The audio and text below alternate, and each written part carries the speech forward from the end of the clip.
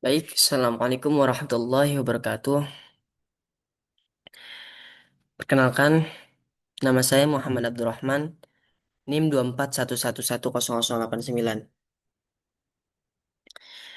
Saya dari kelas HKI 3C dan ingin mengerjakan tugas mata kuliah dari Fikih Munakahat. Langsung saja ke tugas presentasi. Saya ingin mempresentasikan syarat-syarat pernikahan. Nah, kita pasti tidak asing dengan pertanyaan apa itu syarat. Syarat itu seperti apa? Jadi, syarat ialah huwa ma yatawaqqafu alaihi wujudu syai'in wa yakunu kharijan an haqiqatihi. Jadi syarat itu sesuatu yang harus ada dalam suatu perbuatan namun tidak termasuk ke dalam bagian perbuatan tersebut. Contohnya seperti wali nikah, contoh dari pernikahannya. Dia itu harus ada dalam eh, ketika hendak adanya pernikahan, tapi dia bukan bagian dari pernikahan tersebut. Nah, selanjutnya macam-macam syarat nikah. Syarat pernikahan terbagi menjadi beberapa macam. Yang pertama, surut surutus sihah. Yang kedua, surutul in'iqad. Yang ketiga, surutun nafad. Lalu yang terakhir, surutul luzum. Syurutul inqad. Syurutul in'iqad adalah syarat yang harus dipenuhi dalam suatu akad. Apabila tidak dipenuhi, salah satunya dapat mengakibatkan akadnya batal. Jadi surutul in'iqad ini sangat penting. Peran surutul inqad ini sangat penting bagi syarat-syarat pernikahan. Karena apabila tidak terpenuhi syarat inqad ini, bisa mengakibatkan akadnya batal. Syurutul inqad juga terbagi menjadi beberapa macam. Yang pertama, syarat dua orang yang berakad. Yang kedua, syarat bagi perempuan. Lalu yang terakhir, yang ketiga, syarat sikut akad. Syarat bagi dua orang yang berakad, yaitu satu, mampu melaksanakan akad.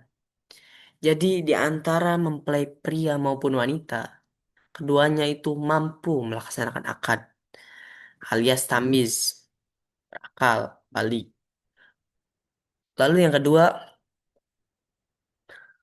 mendengarkan ucapan masing-masing. Jadi kedua belah pihak itu mampu mendengarkan ucapannya masing-masing, tidak terhalang oleh apapun. Lalu syarat bagi perempuan. Nah, syarat bagi perempuan itu terbagi menjadi dua juga. Yang pertama, keperempuannya bersifat hakiki. Maksudnya, perempuan yang di sini itu perempuan yang benar-benar perempuan, perempuan yang mutlak, bukan perempuan jadi-jadian, bukan perempuan itu perempuan yang jelas kelaminnya, jelas wanita, bukan yang tidak jelas antara wanita dan prianya, dan juga bukan alias bukan husna muskil. Lalu yang kedua, bukan perempuan yang diharamkan, baik selamanya maupun sementara. Contoh selamanya itu seperti perempuan yang hubungan sedarah, contohnya ibu kandung dan adik perempuan. Lalu adik perempuan satu susu, satu susuan. Lalu yang sementara ialah seperti ibu tiri. Ibu tiri itu haram dinikahi apabila sudah sudah disetubui oleh ayah kandung. Tetapi apabila belum disetubui oleh ayah kandung, itu boleh. Lalu yang ketiga, syarat sigat akad. Syarat sigat akad terbagi menjadi tiga. Yang pertama, ucapan ijab kabul terjadi dalam satu majelis. Maksudnya itu, ketika ijab kabul, si perempuan, si mempelai, dan para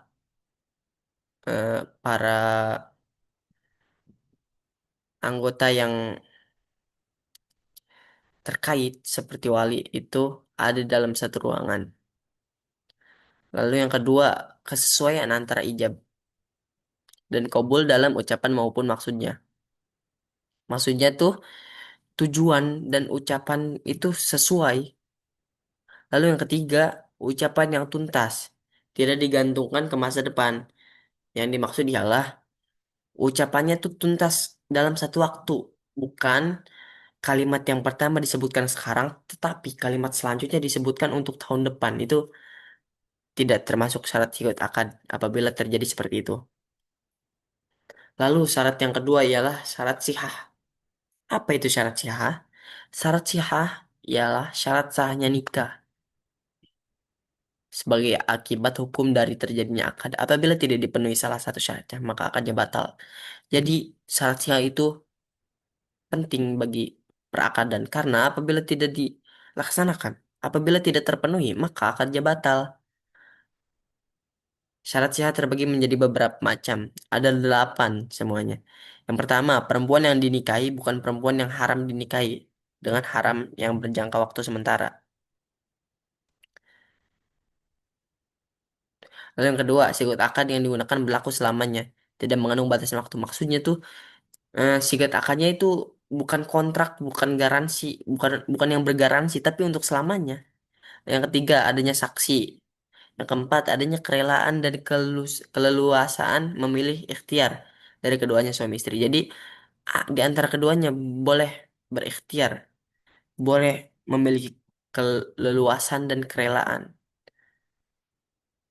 Yang kelima, suami istri yang jelas. Jadi, suami istrinya tuh sudah jelas. Contoh, eh, kita hendak menikahi seseorang perempuan. Nah, kita itu harus tahu kalau dia itu benar perempuan. Contoh, nama perempuannya si A. Nah, kita harus tahu itu tentang si A, harus jelas tahu tentang dia. Lalu yang keenam, suami istri atau wali tidak sedang melaksanakan ihram, tidak haji, dalam melaksanakan haji atau umroh. Yang tujuh, adanya mahar. Yang kedelapan, suami istri tidak sedang mengalami sakit yang parah atau kritis. Jadi apabila sang suami sedang mengalami kritis atau sakit yang sangat parah, itu bisa menyebabkan tidak terpenuhnya syarat usia. Yang ketiga, surutun nafal, yaitu syarat lain yang perlu dilengkapi setelah syarat akad dan syarat sah dan mengurangi jalannya suatu akad apabila tidak dipenuhi salah satunya. Menurut Hanafiyah, menurut Imam Hanafi dan Imam Maliki, maka nikahnya ditunda. Jadi apabila tidak terpenuhi menurut mazhab Imam Hanafi dan Maliki itu harus ditunda, ditunggu terpenuhi terlebih dahulu. Nah, syarat syurutun nafad itu terbagi menjadi empat. Yang pertama, suami dan istri mampu bertindak secara hukum. Yang dimaksud adalah eh, berakal balik dan merdeka, bukan budak, bukan dalam kemampuan. Yang kedua, suaminya harus dewasa. Dewasa ini dewasa secara perilaku dan pemikiran. Jadi suaminya itu harus benar-benar dewasa. Yang ketiga, wali akrob tidak didahului oleh wali abad selama wali akrob masih ada. Maksud wali akrob itu contohnya seperti ayah, kakak laki-laki. Apabila kalau wali abad itu paman dan lain-lain. Jadi apabila si ayah itu ada, nah si paman ini belum bisa, tidak boleh dijadikan wali. Harus mendahului si ayah terlebih dahulu. Harus si ayah yang jadi wali. Lalu yang keempat, yang terakhir, apabila menggunakan wali, maka wakil tidak boleh bertentangan dengan wali yang diwakilinya.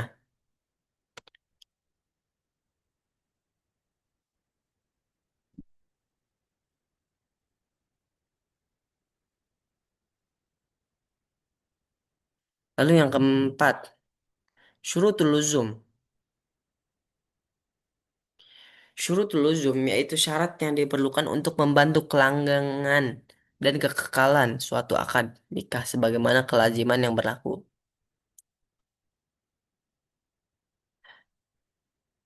Jadi syurutul ujum itu sangat diperlukan untuk membantu kelanggengan dan kekalahan suatu akad nikah.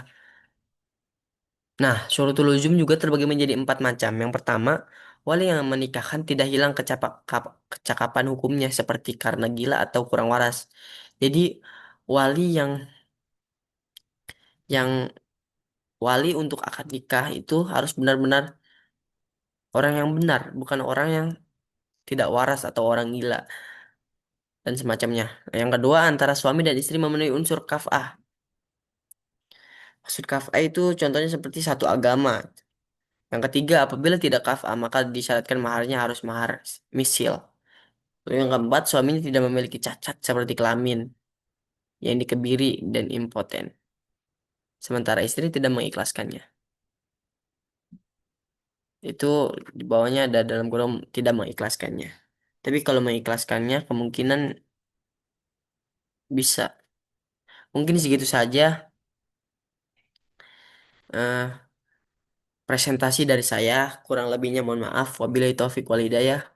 Wassalamualaikum warahmatullahi wabarakatuh.